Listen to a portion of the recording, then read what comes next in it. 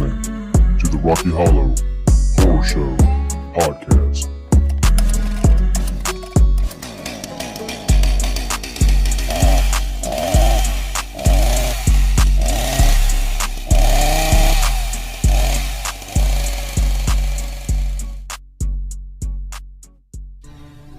I vow to make excuses when you humiliate me in public, to forsake my friends and family when you isolate me, and to value myself less when you belittle me. I vow to blame myself when you hit me, and to fear for my safety and the safety of our children till death do us part. Don't ignore domestic abuse. Speak now. It's equally valuable. Yes.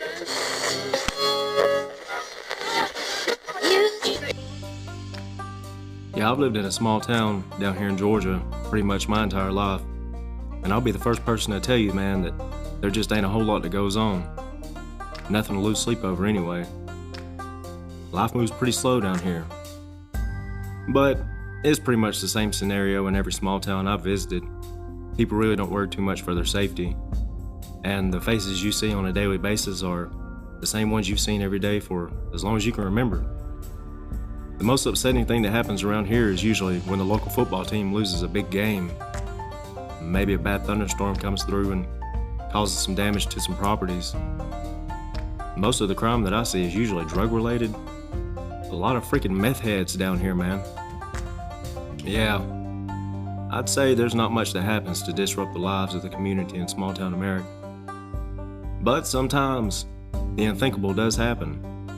And sometimes it's the last folks that you would ever expect that would carry out these unthinkable acts. Hello out there, everybody. I am Cujo, and I would like to welcome you to episode 5 of the Rocky Hollow Horror Show podcast. Thank you for joining me. On this episode, I have a story that happened not too far away from my hometown. In fact, I can remember teachers in my high school having discussions about it. I remember driving down the road and seeing billboards that had photographs of Teresa's face on them that said, "Have you seen me?" So sit back and strap in, folks. You are about to hear the story of Teresa Ann Parker. It's equally valuable. Yes. Teresa Ann Fielding was born September 9th, 1965, in San Diego County, California. She was a middle child of 3 girls, and at some point in her life, her family relocated to the northwest region of the state of Georgia. Everybody loved Teresa, and they said that she was the sweetest pie. They even referred to her as Mother Teresa. Her family would say that she was the glue that held everybody together. She became a 911 dispatch operator in the city of Lafayette, Georgia, which is centered in Walker County. Teresa absolutely loved her job. She loved her coworkers and the good feeling she received through the help that she offered people on the other end of the emergency line. Eventually, through her job, she would meet a Lafayette police sergeant named Sam Parker, who was a Marine veteran, and the two hit it off right away. They seemed to be crazy about each other. Sam's brother Kenneth would later say in an interview that Sam would talk a lot about Teresa when they first met, about how pretty she was, and eventually he worked up the courage to ask her to be his girlfriend.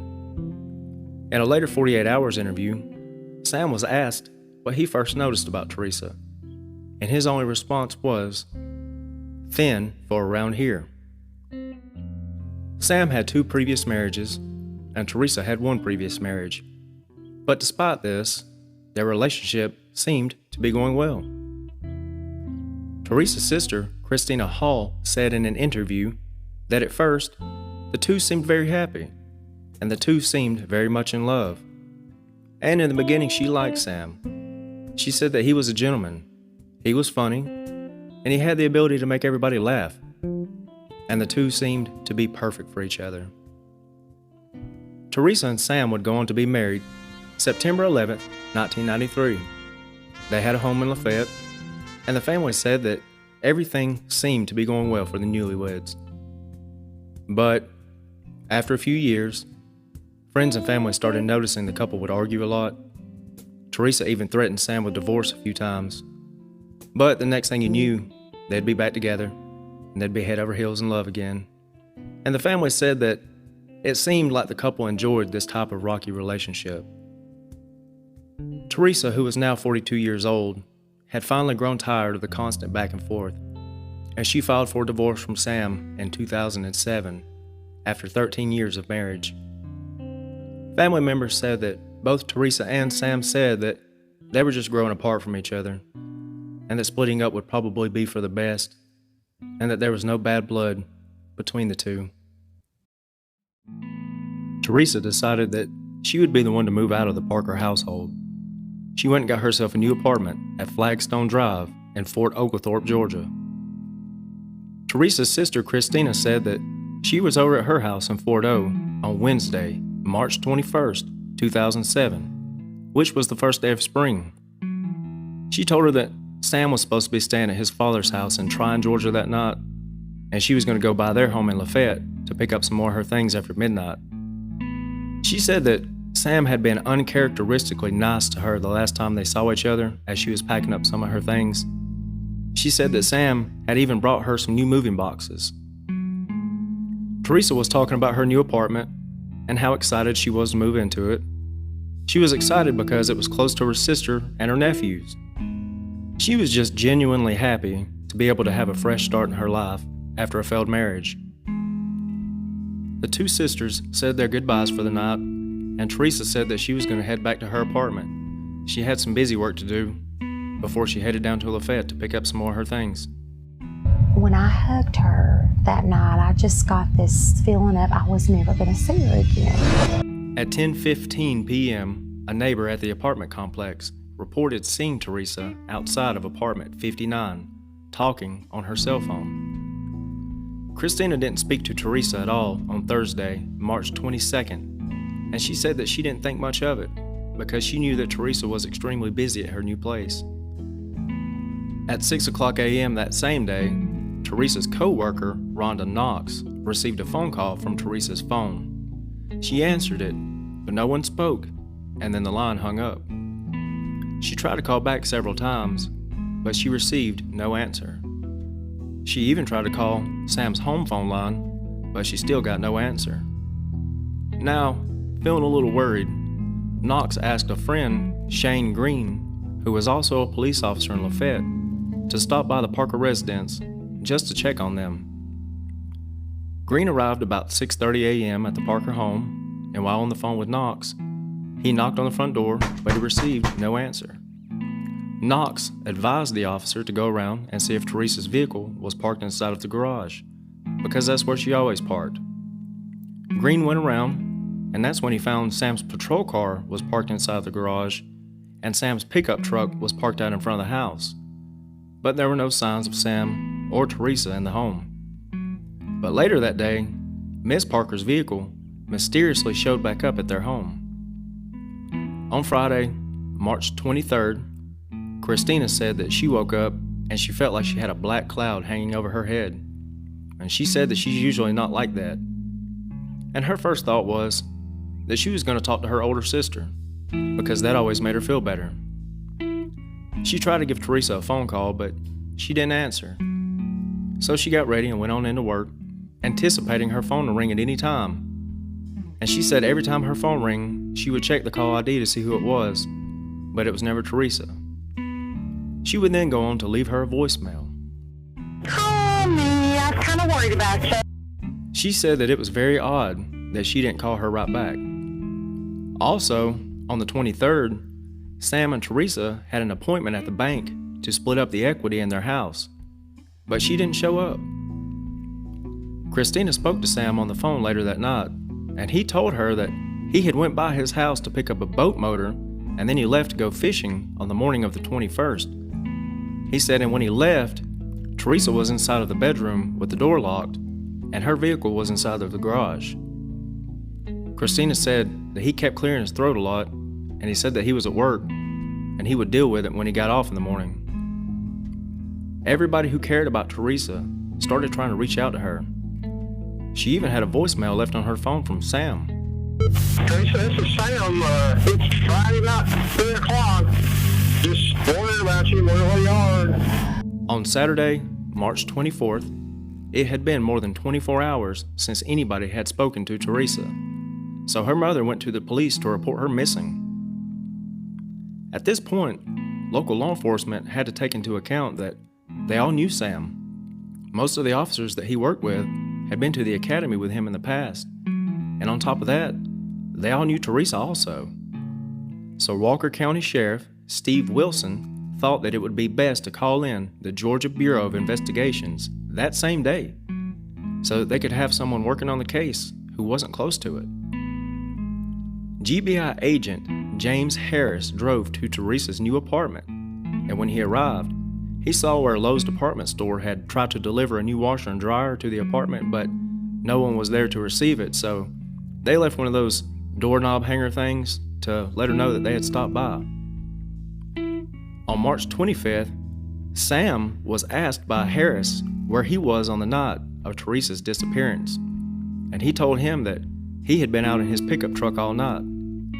At that time, Sam didn't know that 3 witnesses had already reported his truck being at the Parker house all that night. Now, being very suspicious of Sam, law enforcement would pull his phone records, and that's where they discovered that he had called Teresa 2 times early in the morning on the 22nd, but he had told police that he had last spoken to her around 7:30 p.m. on the 21st, while she was loading some of her stuff to take to her new apartment.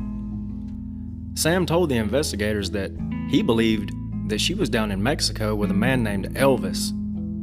Sam said that she had vacationed down there, and while she was there, she met an entertainer at a resort by that name. Agent Harris would even travel all the way down to Cancun to check into these claims, only to find no information at all. On March 31st, a search began. Law enforcement and civilian volunteers searched the woods near the Parker household, fingertip to fingertip. Sam had lived here for a long time, and he knew that area very well.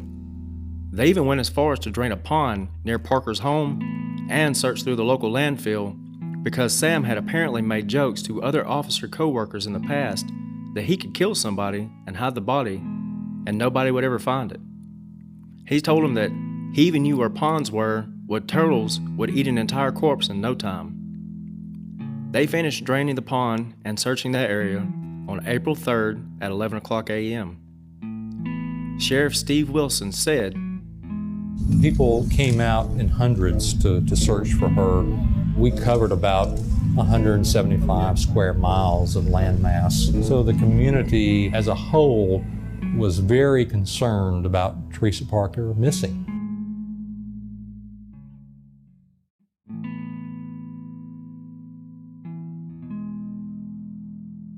They brought in some bloodhounds and provided the dogs with a scent of Sam's clothing and his patrol car. The dogs would start alerting to his scent in certain areas of the woods, which indicated that he had been there, but unfortunately, they didn't find any evidence that Teresa had been there.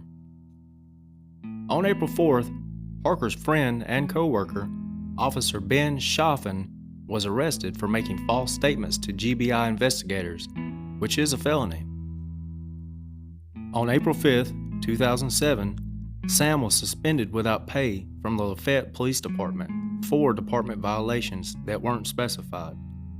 That same day, Sheriff Wilson announced that based on cell phone records, they believed that Teresa's body was in a 25-mile radius of the Parker home.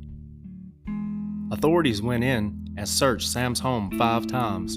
They confiscated some old guns and rifles, but later, investigators believed that they weren't connected to Teresa's disappearance. On April 10th, Sam informed the GBI that he had hired an attorney and he was advised to refrain from speaking to investigators. On April 13th, Lafayette Public Safety Director Tommy Freeman announced that Sam Parker had been fired from the Lafayette Police Department. GBI agents executed a search of Parker's work locker and uncovered a small amount of C4 plastic explosive as the reason. Parker told the GBI that he had been issued the material by the police department more than 12 years before, and it had been in his possession since that time. On April 14th, Walker County 911 dispatched law enforcement to Sam Parker's home in Lafayette because an anonymous caller said that Parker was brandishing a weapon and threatening to harm himself. Sheriff Wilson escorted him from his home to an undisclosed location under the treatment of a physician. Sheriff Wilson stated that Parker told him that he was upset over the pressure that investigators were subjecting him to and the loss of his job. The sheriff said that he did not brandish a weapon at anybody else, only himself. On May 22nd, Fox 5 Atlanta did an interview at Sam Parker's home in Lafayette. I was just instantly accused and convicted and tried, and they were ready to lynch me in this town. 1 week before her disappearance, Teresa decided that she just needed a little getaway to clear her mind before her move to her new apartment and the divorce. So she booked herself a room at a lodge called the Honey Bee Hideaway in Gatlinburg, Tennessee. Teresa even told her sister, Christina, that she was going to be staying alone. But Sam was convinced that she was going to cheat on him with another man. That's equally valuable. Yes. If you see somebody who is being subjected to domestic violence, you don't need to say, I don't want to get involved. You don't need to say, this is none of my business, because that person could be the next person who gets hurt very badly or who gets killed. Yeah.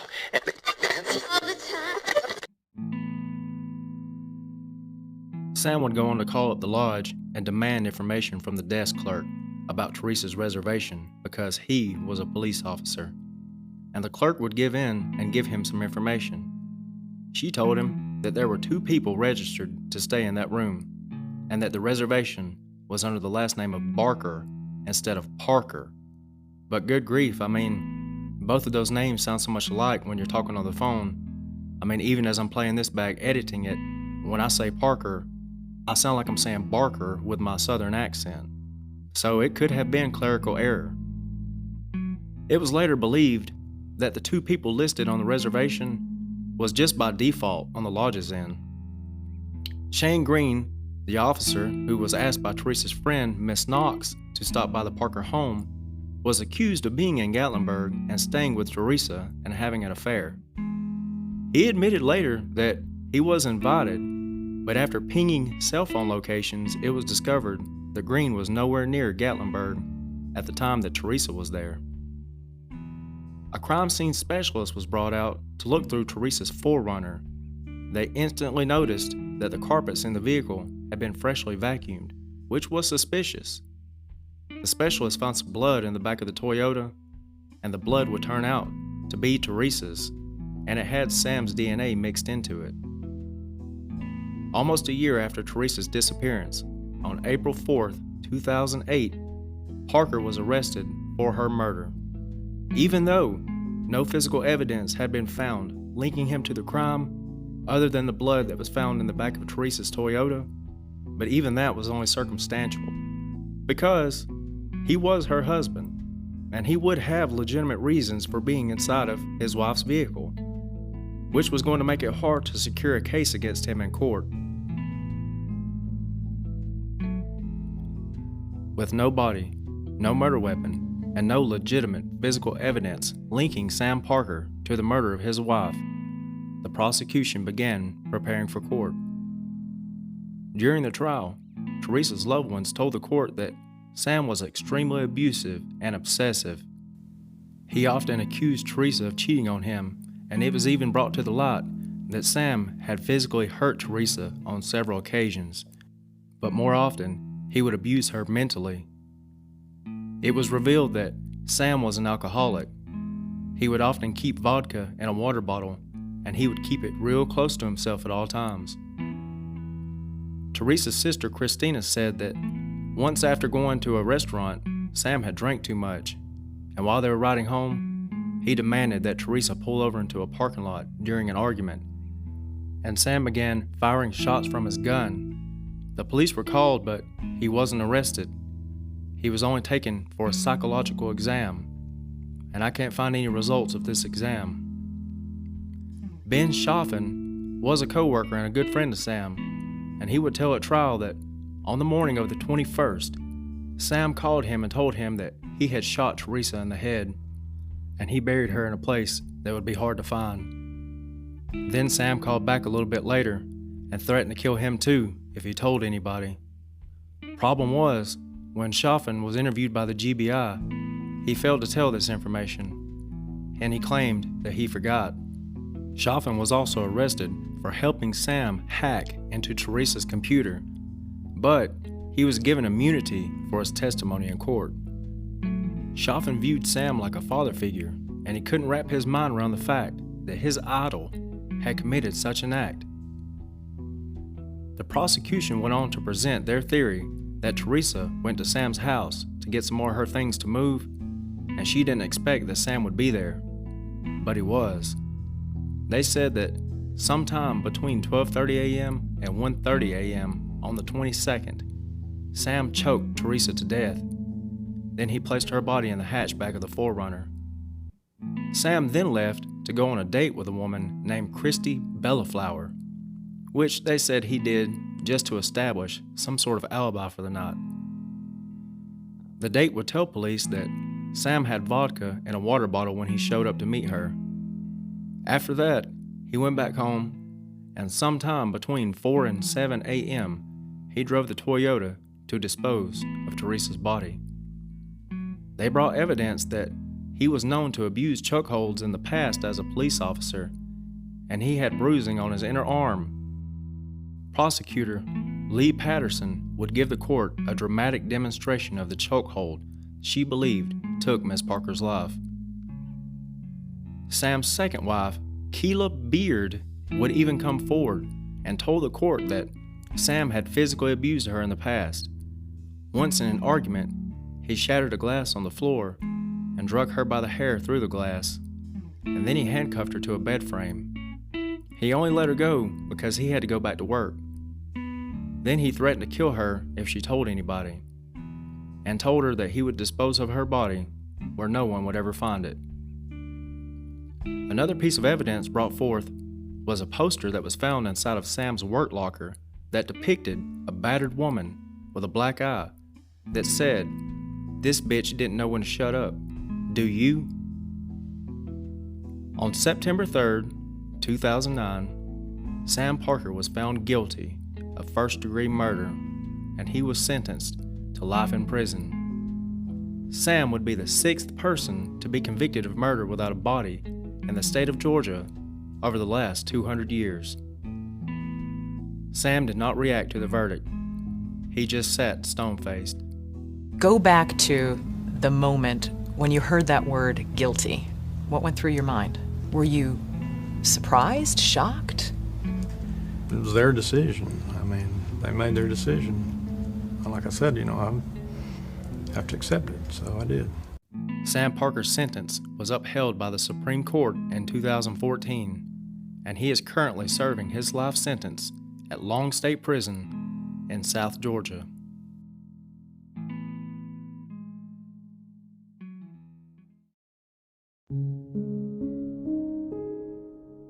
My name's Steve Wilson. I'm the Walker County Sheriff. I want to begin by saying 3 years and 6 months ago to the day, Teresa Parker went missing from her home on Cordell Road, just out east of Lafayette. Monday afternoon, late afternoon this past Monday in Chattooga County, Georgia, down south of Summerville, skeletal remains were found along the banks of the Chattooga River, off of the Holland-Chattooga Road on Fullerton Road. Today, the Georgia Bureau of Investigation was able to positively identify those remains as those of Teresa Parker, who went missing 3 years and 6 months ago. We were able to do this through forensic review of the remains, including examining and comparing dental records. We never gave up hope. We always held out hope. Yes, that she might be somewhere, but we always continued to look for her. And today, sadly enough, we have to announce that those skeletal remains are those of Teresa Parker. Teresa's family laid her remains to rest in the Lafayette City Cemetery. Teresa's co-workers created the Teresa Parker Dispatcher of the Year Award, of which Teresa Parker was the first recipient. A plaque for her hangs in the Walker County Emergency Dispatch Center. Teresa's family has never recovered from their loss.